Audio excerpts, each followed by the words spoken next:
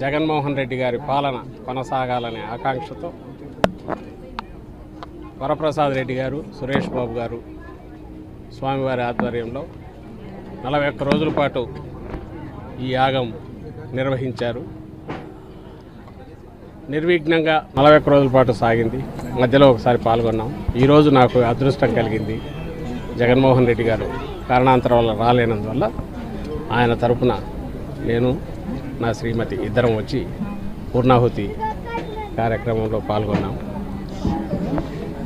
ఆ పరమేశ్వరుడి ఆశీస్సులు, తల్లి ఆశీస్సులు ఈ రాష్ట్రానికి, జగన్మోహన్ రెడ్డి గారి కుటుంబానికి కలకాలం ఉండాలని ఆకాంక్షించాం.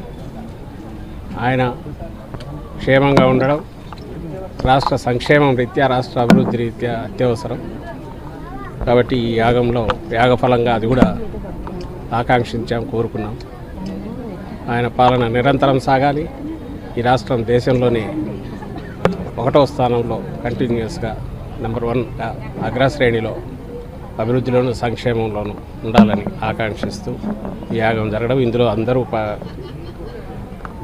ఈ ఆకాంక్ష కలిగిన వాళ్ళందరూ అభిమానులు, ప్రజలు అందరూ పాల్గొన్నారు. అందరికీ కృతజ్ఞతలు. ఈ యాగం ఇంత నిర్విఘ్నంగా నిర్వహించినందుకు నిర్వాహకులు వరప్రసాద్ రెడ్డి గారు, సురేష్ బాబు గారు, ముఖ్యంగా స్వామివారిని కూడా, ఎందుకంటే 19లో కూడా వీరి ఆధ్వర్యంలో అప్పుడు ఐ థింక్ సంవత్సరం పాటు 2 సంవత్సరాల పాటు నిర్విఘ్నంగా జరిగింది. పాలకుడు రాష్ట్రం గురించి ఆలోచించాలి, ఆయన క్షేమం గురించి రాష్ట్రము ఆలోచించాలి అనే అంశంగా, ప్రధాన అంశంగా ఇది యాగం జరగడం అనేది చాలా శుభసూచకం. యాగం సక్సెస్ఫుల్గా నిర్వహించేందుకు అందవాళ్ళని అభినందిస్తున్నాను. Thank you.